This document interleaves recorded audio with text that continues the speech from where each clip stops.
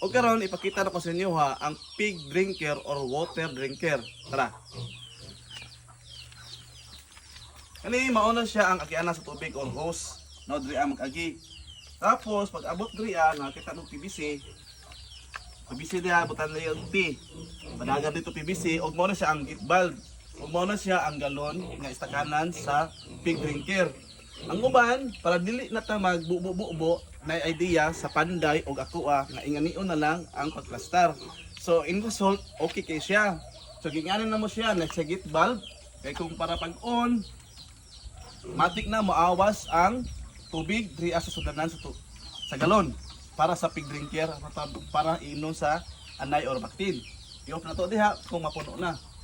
Para dili na kasi bubo kay ang uban magbubo diri sa tanganan aning galon baba aning galon hasol na kaayo. So ingani ang idea ninyo magpait na mo PVC o magpait na mo ilbo. Ingani ra. Tapos dili adin padulong. Dili padulong magbuhat na lang mo ilbo diri sa PVC. Sa padulong nya magbuhat na po mo ilbo diri para mas mainom madrim padung dito sa ato ang baboy. O mao na to ang CR karon no.